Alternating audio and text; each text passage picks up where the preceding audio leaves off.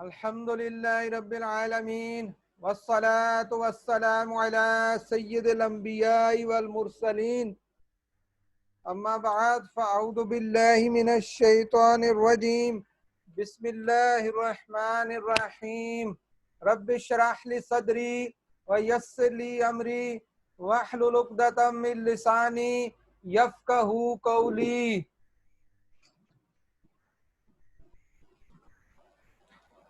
میرے نہایتی واجب الاحترام سامعین کرام، اللہ تبارک و تعالیٰ کے فضل و کرم سے، اس کی عنایت سے،